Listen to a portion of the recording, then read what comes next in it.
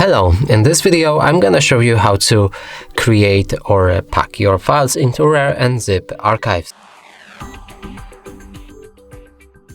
So in order to do this, we'll need to download and install RAR app, which we've shown how to do it in our other video. Now let's move to the folder that contains our files, and mine is located in DCIM and then camera. Here we need to choose each file that we want to pack and then press on this plus button.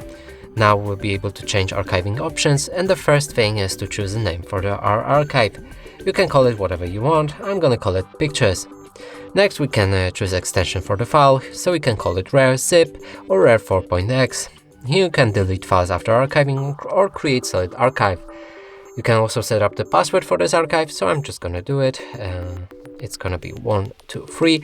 If you're not sure that you typed it incorrectly, you can always show the password or encrypt the file names as well. Now let's press OK, and we can move to advanced, and here there's more advanced settings.